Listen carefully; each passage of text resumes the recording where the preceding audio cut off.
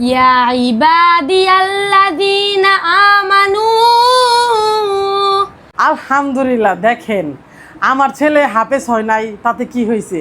আজকে আমি আমার ছেলেকে হাফেজের লুকে দেখা মাশাল্লাহ কয়ে স্যার আমি পারতেছি না, আমি মা হয়ে মাশাল্লাহ আমার ছেলে এত সুন্দর দেখা যাইতেছে, মানে বলে বোঝার মতো না। আজকে আমার ছেলেকে আমি হাফেজের মতো করে সাজাইছি। আলহামদুলিল্লাহ আলহামদুলিল্লাহ। আপনারা আমার মনের আশাটা পূরণ করে দিবেন। কি কারণে জানেন? আপনারা দোয়া করবেন আমার ছেলের জন্য, জানি আমার ছেলে জানি হাফেজ হয়ে যায় তাড়াতাড়ি। কী কারণে আপনারা দোয়া করবেন, আপনাদের মনের আশাটা আমার পূরণ করবেন। কী কারণে বলতেছি জানেন? আপনারা দোয়া করলেই তো আমার ছেলে তাড়াতাড়ি হাফেজ হতে পারবো। প্লিজ আপনারা দোয়া করে দেন আমার ছেলে জানি হাফেজ হতে পারে।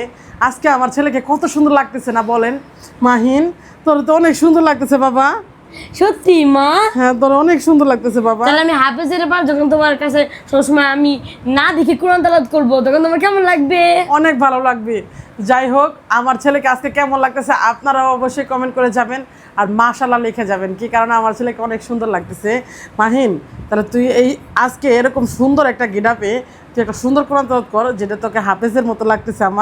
আমার ছেলে তো আল্লাহ জানি আমার ছেলেকে কবুল করে নেয়। তো মাহিন, তুমি একটা সুন্দর কোরআন তেলাওয়াত করো, যেটা আমার হৃদয় জোড়ায় যাবে, আমার মন জোড়ায় যাবে, আর সবার মনই জোড়াইতে হবে ইনশাল্লাহ। ইয়া ইবাদিয়াল্লাযীনা আমানু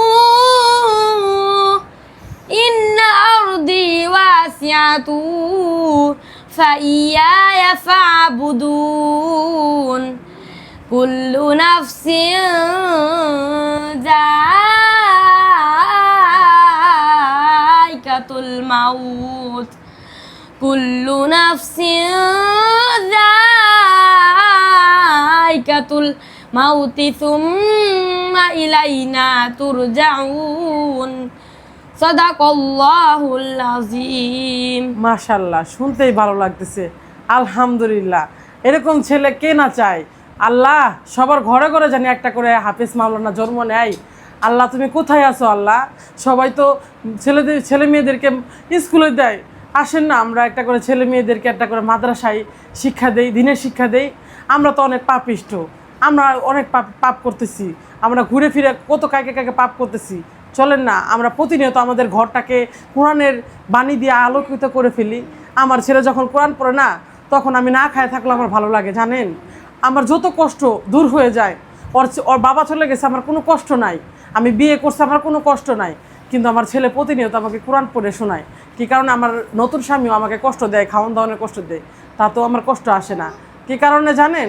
যে আমার ছেলে একটা কোরআন তেলাওয়াত পড়তে পারে, যেটা আমি না খায় থাকলেও আমার এই কোরআনের বাণী শুনলে আমার মন ভরে যায়।